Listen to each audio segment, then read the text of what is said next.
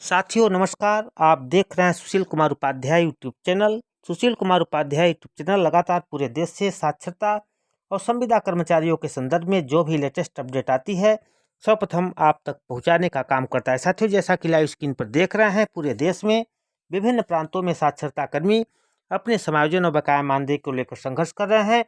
इसी कड़ी में संविदा कर्मचारी और बेरोजगारों के लिए बड़ी खबर आ रही है। मध्य प्रदेश शासन सामान्य प्रशासन विभाग वल्लभ भवन भोपाल मध्य प्रदेश से, जहां पर एक पत्र पर मुख्य सचिव मध्य प्रदेश शासन समस्त विभाग मंत्रालय भोपाल की तरफ से जारी किया गया है। यह पत्र 16 नवंबर को जारी किया गया है, जिसमें प्रदेश में 1 लाख रिक्त पदों पर भर्ती किए जाने के संबंध में तृतीय श्रेणी इस विभाग का पत्र दिनांक 14 सितंबर 2022 को देखने का आप काम करें। विषय अंतर्गत लेख है कि प्रदेश की 1 लाख रिक्त पदों पर भर्ती भरने के लिए वित्त विभाग की परिपत्र क्रमांक 11/5/2007 नियम 4 दिनांक 3/1/2013 के क्रम में तृतीय श्रेणी राज्य संभाग एवं जिला स्तरीय संवर्ग के रिक्त पदों पर भर्ती हेतु वित्त विभाग द्वारा दिए गए परामर्श के आधार पर तृतीय श्रेणी रिक्त पदों पर भर्ती निम्न भर्ती अधीन करने का निर्देश दिया जाता है।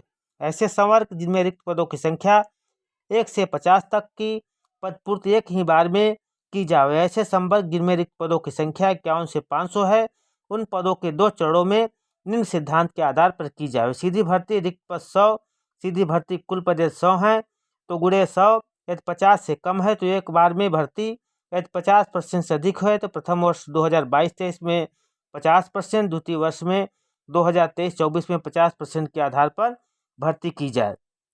जिन संवर्ग में रिक्त पदों की संख्या अधिक है, 500 से अधिक है, उन पदों में 3 चरणों में निम्न सिद्धांत के आधार पर भर्ती की जाए। तो साथियों, पूरी रिपोर्ट हम आप तक पहुंचाएंगे, जहां पर सीधी भर्ती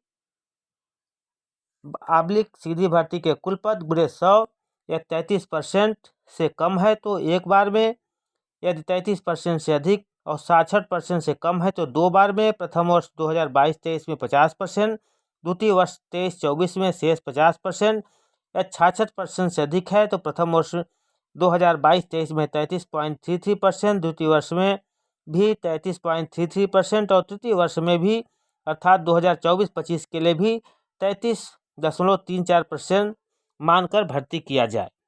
उपरोक्त सिद्धांत के आधार पर वित्त विभाग द्वारा उपलब्ध कराए गए विभागवार गणना पत्रक में नियमित नियुक्ति हेतु उपलब्ध रिक्त पद पर बैकलॉग पद तथा वित्त विभाग द्वारा पूर्व में पृथक से दी गई सहमति के पद पर सम्मिलित गणना पृथक इस पत्र के संलग्न भेजा जा रहा है।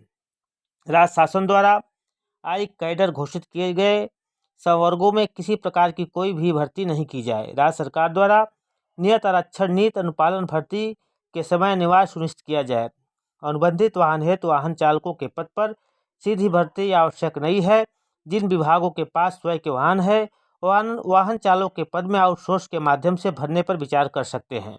विशेष विभाग जहां वाहन चालकों की सीधी भर्ती आवश्यकता है, वे वित्त विभाग तथा सहित प्रस्ताव करते हुए स्वीकृति प्रदान कर सकते हैं। रिक्त पदों की पूर्ति के समय कैडर मैनेजमेंट प्रभावित न हो, इस बात का विशेष ध्यान दिया जाए और अनुबंधित पदों पर भी भर्ती की जाए। प्रत्येक प्रक्रम पर पदों की सही गणना, आरक्षण का अनुपालन सुनिश्चित किया जाए। उपरोक्त वित्त विभाग द्वारा प्रतिपादित सिद्धांत और सहमति के आधार पर पदों की गणना कर त्रुटि रहित मांग पर यथाशीघ्र कर्मचारी चयन मंडप के प्रेषित करते हुए पुरस्कृत पदों पर विवरण प्रपत्र 3 कॉलम 29-39 में सामान्य प्रशासन विभाग की ईमेल आईडी पर प्रेषित करना सुनिश्चित करें। वित्त विभाग द्वारा उपलब्ध कराया गया जो पत्रक है, जो तमाम विभागों में पद रिक्त है, उस पर भर्तियों की तैयारी कर दी गई है। यह पत्र शैलजा ए मार्टिन, अपर सचिव मध्य प्रदेश शासन सामान्य प्रसारण विभाग भोपाल दिनांक 16 नवंबर 2022 को जारी किया गया है, जिसकी प्रतिलिपि उप सचिव मुख्य सचिव कार्यालय, संचालक कर्मचारी चयन मंडल, निजी सचिव अपर मुख्य सचिव मध्य प्रदेश शासन वित्त विभाग, समस्त विभागाध्यक्ष कार्यालय मध्य प्रदेश को सूचनार्थ या आवश्यक कार्यवाही हेतु अपर सचिव की तरफ से प्रेषित किया गया है। तो साथियों, मध्य प्रदेश से बड़ी खबर आ रही है, जहां पर शासन ने स्पष्ट कर दिया है कि आने वाले 4 वर्षों में बड़ी भर्ती करने की प्रक्रिया प्रारंभ कर दी गई है। प्रदेश भर में 1 लाख रिक्त पदों की भर्ती किए जाने के संबंध में तृतीय श्रेणी कर्मचारियों के लिए बड़ी भर्ती प्रक्रिया की मंजूरी शासन ने दे दी है। अब देखने की बात है, जहां पर 1 लाख लोगों को रोजगार मिल रहा है कि आने वाले समय में साक्षरता कर्मियों की भी सरकार बहाली करेगी। जो भी जानकारी आएगी आप तक पहुंचाएंगे। धन्यवाद।